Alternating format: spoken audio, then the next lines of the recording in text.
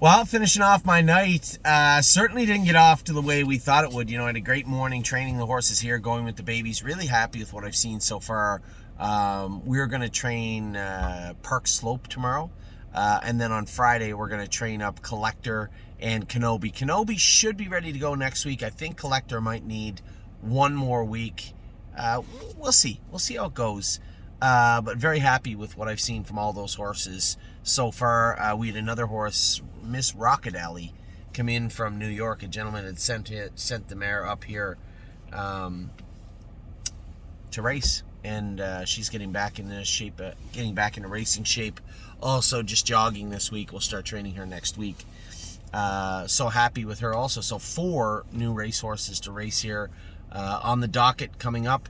Very happy with the way things went yesterday. I didn't get to talk much about last night. I thought Enzo raced good. I did talk actually extensively about it after the races.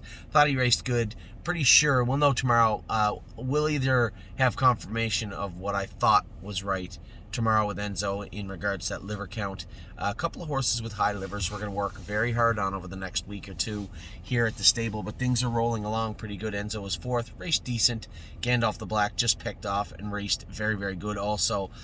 He is one of 7 horses that will be entered in the preferred sale a week from on Monday. Today's Wednesday, in 5 days. Now, of all the horses that are entered in that sale that I think are topping out, that it may make the most sense for, at least for here, for Northfield, for the Meadows, to move them. There may be classes at Yonkers for them, or Dover, or places like that. I don't know. They're all racing very, very well, but at the same token, we do have horses that are coming up behind them. So going to turn them over and move them out. Now, of that grouping, the horse that still fits the most classes would be a Sliver of Fashion. It's quite a jump to the next level, but man, there's just something about this guy. It just feels like he's getting a little bit better every time we race him. I was really impressed with him today. Now, he needs to improve. Having said that, geez, he very well might. So I'm going to be watching his numbers on Monday for sure. We're not going to let that guy go for next to nothing. In fact, none of them should. They're all very quality horses, and I think we'll do well in that regard. Now, starting today, Brace for Landing made that break. I knew it. You just, for those of you who have ever driven, or at least driven a lot, I knew coming out of the gate he was leaving fine, but you got to watch him. He's got to be able to transition in the turns, and he just couldn't do it quick enough today. You saw it 2 weeks ago. He made that break in the same type of situation, and then come right back in between and raced great. One on the front end. It's the surface, right? The surface a little loose right now at the Meadows. If it was just an easy fix, you just change your shoes and away you go. But it's not with him. So I told Tim, you know what we're gonna do? I'm gonna turn this guy out for 3 or 4 weeks, bring him back. I'm gonna ask Jacob maybe just to hopefully Jacob can get some weight put on this guy in that time frame. If we got to give him 5, then so be it. But I'd like to be able to race him throughout the winter at the Meadows, and quite frankly, if he's really good, maybe the Meadowlands would be a good spot, or Mohawk for that matter. Lots of options with this guy, and there's lots of speed. I knew it before we got to the turn. It was like a hold your breath and flip the coin. He might get through it. If he gets through it, we're home free. But these first 4 or 5 steps will tell the tale, and I don't even know if I got 2 steps in. He just buckled up, put a step in, just couldn't find himself and rolled off stride, touched the bike and rolled off stride. But that was just him trying to find himself, and he couldn't today. So, I thought about it. I'd said to Tim, maybe we'll add some cork or add some grab or something, just talking about it. And really what it boiled down to is he's only had 15 starts, but he's raced in a number of places in a number of ways throughout the summer, throughout the spring. Let's just give him a rest so we can have him good at a time when he can do some damage, right? This horse could do some damage, like end of December straight through till April, May. This is a horse that I would like to rest for next summer, not race him in July and August, start getting him ready for that latter part of the fall. That would be the plan. It always is the plan for most of our 4-year-olds, but definitely is for Brace for Landing. So I'm going to give him a little break. He's going to get some grass, hopefully lots of grass, whatever's left for him. And hopefully Jacob can put some weight quickly on this guy, because as he starts to fill out, he's going to be a nice horse. I've been saying that for 2 years, but I will continue to double down on this guy.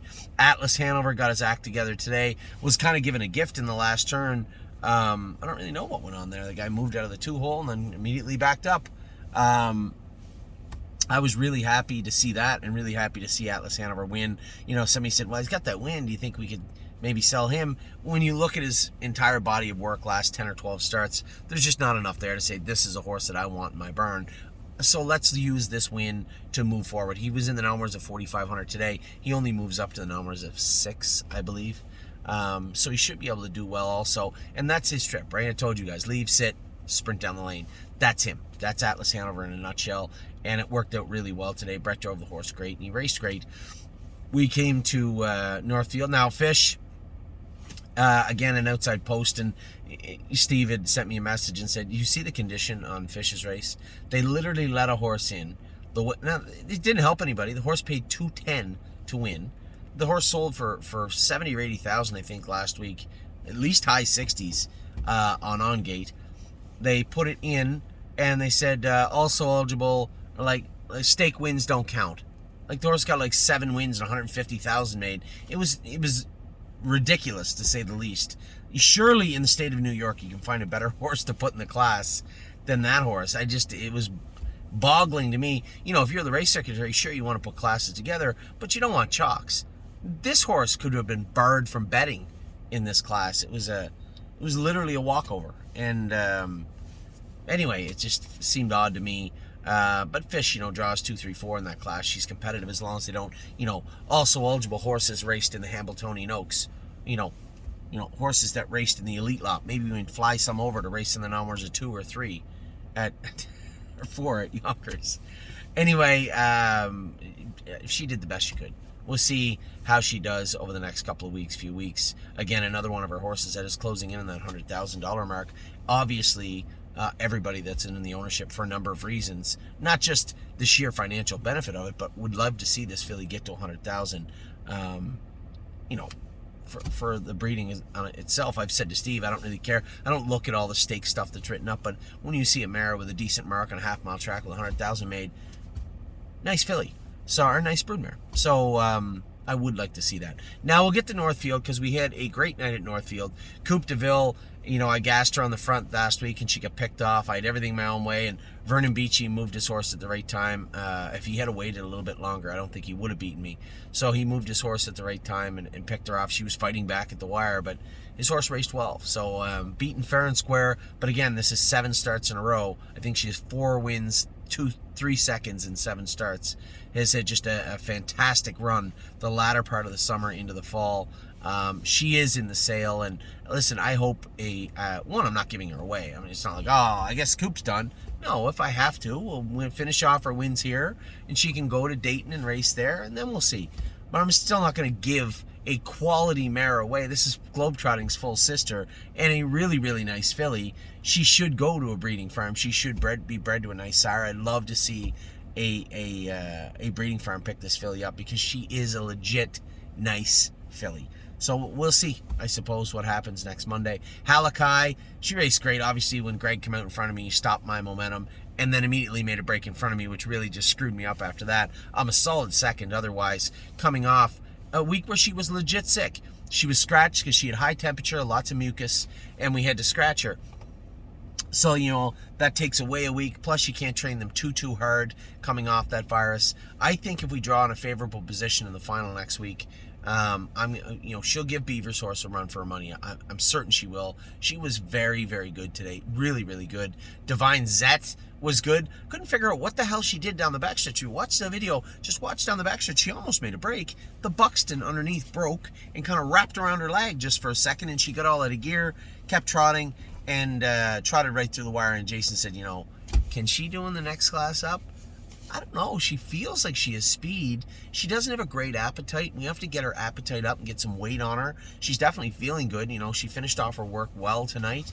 I was really happy with Divine Zet. I've been happy with everybody all night long. And even when it came to Brace, I know what happened. If you watch the race, he still finished up good and he's still coming at the wire. I was happy with everybody thus far. Didn't know how Lindy's Landing would do. I was talking to Chris Lambs before, and he said, I'll always err on the side of caution when it comes to the trotters. Don't put their nose right on the gate, especially if you don't know them. Just kind of feed them into the gate and feel them out. And Chris had said, I just couldn't get him up onto the gate as it went quicker. I think he needs to be on it. And he was right. I put him up on the gate, and then as they go away, he kind of dogged it a bit and was going to back off, and I hit him a couple of swats, and he took off. Once he cleared to the front, he was all business, and I had to get into him a little bit down the backstretch, but man, he finished off his work really well, strong through the wire, a mile 57, that equaled his lifetime mark at the Meadows, or at the Poconos. And if you know the difference between the Poconos and the newly renovated Northfield Park, there is quite a berth between the two. I thought that was a great mile from Lindy's Landing tonight. Really happy with him.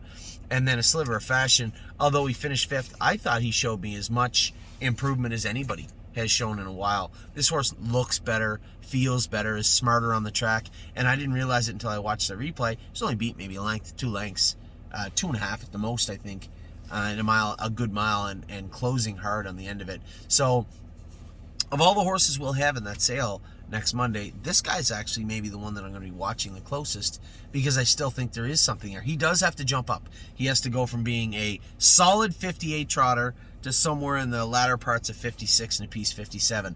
I think he can do it. We'll see. And we may very well see, because I'm not going to give any of them away, and I'm certainly not giving this guy away. So we'll see the sale today in Ohio. We got Crucified. We got fair market value for Alibaba, 10 grand. Pretty much what she was worth. The other horses, that was just unfair. HL Blue is an Amish sire, a roadster sire, I think would do some good. I think we got grossly underpaid for him. How the hell is disappointing. Any horse that is racing that you can drop in the box, bring to the track, and race next week should not go for $5,600 or $5,700. But I was not protecting them today. It just wasn't. I was not doing it. So those two horses, I think we got mauled on. Who's the other one? Alibaba. How the HL Blue. Cash Deals. So I mean, Cash Deals, 8 wins, 50,000 made, coming off an injury. Yeah, I don't know what a filly, a 3-year-old filly, would be worth. I think it's a little more than whatever she went for, but at the same token, it is what it is. I figured if we averaged somewhere around 40 grand for all 4, it wouldn't be the end of the world. 26, 27, a little low, a lot low. But, it's just one of those turn that page type situation. I did like a couple of weanlings that were in. I didn't end up pulling the trigger. We bid on 2 or 3 racehorses.